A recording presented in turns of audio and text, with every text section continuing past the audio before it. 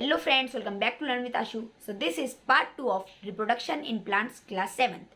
तो अगर आपने इसका पार्ट 1 नहीं देखा है तो हमारे चैनल पर मौजूद है, आप जाके पहले उसे देख लीजिए क्योंकि उसमें मैंने असेक्सुअल रिप्रोडक्शन पढ़ाया था और आज हम सेक्सुअल रिप्रोडक्शन और कुछ एडिशनल पॉइंट्स के बारे में बात करने वाले हैं। ये इस चैप्टर का लास्ट पार्ट भी होगा। तो पहले मैं आपको कुछ बातें बता दूँ।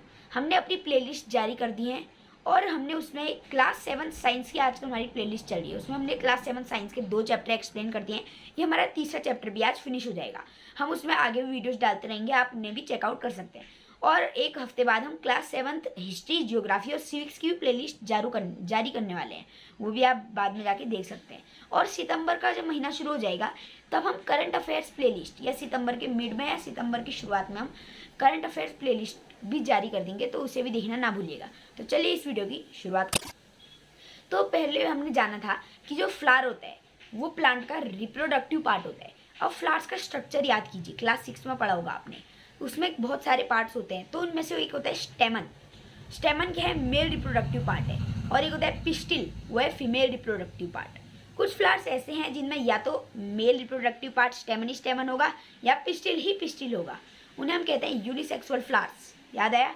और कुछ ऐसे होते हैं जिनमें स्टेमन भी होगा पिस्टिल भी होगा, उन्हें हम कहेंगे बाइसेक्सुअल फ्लावर्स। यूनिसेक्सुअल फ्लावर्स के कुछ एग्जांपल हैं कॉर्न, जो मक्के का फूल होता है, पपाया और कुकुम्बर, ये हैं यूनिसेक्सुअल फ्लावर्स के एग्जांपल। जबकि प्लेनेटूनी, रोज, मस्टर्ड, ये सब हैं बाइसेक्सुअल फ्लावर्स के एग्जांपल। अब आप याद कीजिए स्टेमन का डायग्राम। स्टेमन में 2 पार्ट आ जाते हैं, नीचे से एक लॉन्ग ट्यूब फिलामेंट और ऊपर से एंथर। इसी एंथर पे पोलन ग्रेन्स चिपके होते हैं जो कि मेल जेमिटी प्रोड्यूस करते हैं। अब याद कीजिए पिस्टिल का डायग्राम। सबसे ऊपर एक स्टिग्मा हो गया, उसके नीचे स्टाइल और फिर ओवरी। ओवरी में 1 और मोर देन 1 ओव्यूल होते हैं और यही ओव्यूल फीमेल जेमिटी या फिर फीमेल एग प्रोड्यूस करते हैं। और the process of male gemity and female gemity, when male gemity and female gemity reacts with each other and makes of process called fusion, जब भी आपस में फ्यूजन करते हैं तब एक चीज प्रोड्यूस होती है, एक चीज बन जाती है, उसे हम कहते हैं जाइगोट सेल। जब भी मेल जेमिटी और फीमेल जेमिटी आपस में फ्यूजन करेंगे तब जाइगोट सेल बन जाता है। इसकी हम बात थोड़ी देर में करेंगे अभी। तो ये हमारा हो गया हमारा ओवरव्यू आज की इस वीडियो का। अब हम 2 टर्म्स के बारे में बात करेंगे, एक है पॉलिनेशन और एक है फर्टिलाइजेशन। तो पहले पॉलिनेशन की बात कर लेते हैं, तो चलिए पॉलिनेशन की ओर बढ़ते हैं।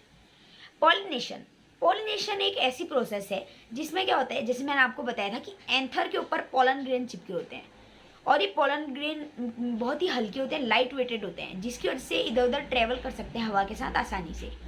तो पॉलिनेशन एक ऐसी प्रोसेस है जिसमें जो एंथर के ऊपर का पोलन होता है वो किसी प्लांट के किसी फ्लावर के स्टिग्मा पे जाके चिपक जाता है। The transferring of pollen grain from the anther to the stigma of another flower is called as pollination. यहाँ पे मैंने अनदर फ्लावर यूज किया है, लेकिन अनदर फ्लावर जरूरी नहीं है, उसी फ्लावर में भी हो सकता है। अब पॉलिनेशन के भी 2 टाइप्स आ जाएंगे, एक होगा सेल्फ पॉलिनेशन, एक होगा क्रॉस पॉलिनेशन। तो सेल्फ पॉलिनेशन में क्या होगा, हल्का सा डिफरेंस है, आप समझ जाइएगा। सेल्फ पॉलिनेशन मतलब जब कोई एक प्लांट फ्लावर है, उसके एंथर पे पोलन ग्रेन है और वो पोलन ग्रेन हवा के साथ उड़ा और जाके उसी फ्लावर के स्टिग्मा पे चिपक गया, तो वो होगा सेल्फ पॉलिनेशन एक तरीका। या फिर दूसरे तरीके में कोई एक फ्लावर है, उसके एंथर पर से पोलन ग्रेन हवा से उड़ा और वो जो फ्लावर है, जिस प्लांट पे वो फ्लावर है, उसी प्लांट के किसी अनदर फ्लावर पे जाके वो पोलन ग्रेन चिपक गया। वो जब ऐसा हो जाएगा तब भी सेल्फ पॉलिनेशन ही कहेंगे उस प्रोसेस को। और दूसरा आता है क्रॉस पॉलिनेशन। अब तक तो आप समझ ही होंगे क्या होगा। उसमें एक फ्लावर के एंथर से पोलन ग्रेन निकल करके किसी दूसरे प्लांट पे लगे हुए फ्लावर में जब जाके चिपक जाएगा, उसे हम कहेंगे क्रॉस पॉलिनेशन। तो ये हो गया पॉलिनेशन, सेल्फ पॉलिनेशन और क्रॉस पॉलिनेशन। अब दूसरा टर्म मैंने आपको बताया था फर्टिलाइजेशन। तो फर्टिलाइजेशन सिंपल है, क्या होगा, जब मेल जेमिटी और फीमेल जेमिटी आपस में रिएक्ट करते हैं, यानी द प्रोडक्शन ऑफ, जब भी कोई जाइगोट सेल बन रहा होता है, the production of zygote cell is called as fertilisation. Simple, जब भी मेल जेमिटी और फीमेल जेमिटी जाइगोट सेल बनाने के लिए आपस में रिएक्ट करते हैं, उस प्रोसेस को फर्टिलाइजेशन कहा जाता है। तो ये तो हो गया हमारा जो हमने 2 टर्म्स के बारे में बात करी, पॉलिनेशन और फर्टिलाइजेशन। अब यहाँ पे आ जाते हैं एक और टर्म, सीड डिस्पर्सल क्या है। तो सीड डिस्पर्सल मैंने आपको जैसे बताया था कि पॉलन ग्रेन काफ़ी लाइट वेटेड होते हैं, वो हवा से इधर उधर ट्रेवल कर सकते हैं। तो आपने गौर किया होगा कि नेचर में अलग अलग जगह पे भी बहुत टाइम सेम प्रकार के पेड़ हमें दिखने को मिल जाते हैं। ऐसा कैसे होता है कि किसी ने जाके वहाँ पे और यहाँ पे एक जैसे पेड़ तो उगाए नहीं, तो ऐसा कैसे होगा। एक और एग्जांपल है, आप किसी बगीचे में चल रहे हैं सपोज, तो जब आप बगीचे से बाहर आएंगे अपने घर पे, तब आप देखेंगे आपके कपड़ों पे कुछ येलोइश कलर की कुछ हल्की हल्की चीज़ें चिपक गई होंगी। वही होते हैं पॉलन ग्रेन्स, डस्ट के पार्टिकल्स की तरह। वही पॉलन ग्रेन्स आपके कपड़ों पे चिपक जाते हैं। अगर आपके कपड़ों पे नहीं चिपकते तो कहीं पे चले जाते और वहाँ पे फिर एक प्लांट में कन्वर्ट हो जाते, एक प्लांट बना देते वहाँ पे। तो सीड डिस्पर्सल में भी यही है। स्पीड डिस्पर्सल दो ही प्रकार से हो सकता है, या तो विंड और वाटर के द्वारा या फिर किसी एनिमल के द्वारा।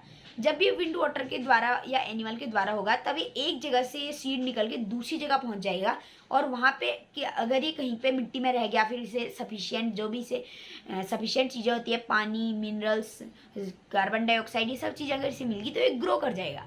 यही प्रोसेस होगी सीड डिस्पर्सल में भी। अब एक और टर्म आ जाएगा हमारा कि how does and fruit grow. एक फूल होता है, तो फूल से फल कैसे बनता है और बीज कैसे बनता है। तो क्या होता है, एक फ्लावर है, उसका जो ओवरी होता है, जब ओवरी पक जाता है तब वो एक फल बन जाता है। Ovary, ripen ovary is called as fruit. जब भी एक ओवरी पक जाता है तब वो एक फल का निर्माण कर देता है, यानी वो एक फल का वेश धारण कर लेता है। और जो फ्लावर के अलग पार्ट्स होते हैं वो सब झड़ जाते हैं, बस ओवरी एक फ्रूट बन जाता है। और जो सीड होता है वो भी कुछ नहीं है, वो बस ओवरी के अंदर का ओव्यूल है। ओव्यूल को ही हम बाद में सीड बोल देते हैं क्योंकि वो फ्रूट के अंदर आ गया।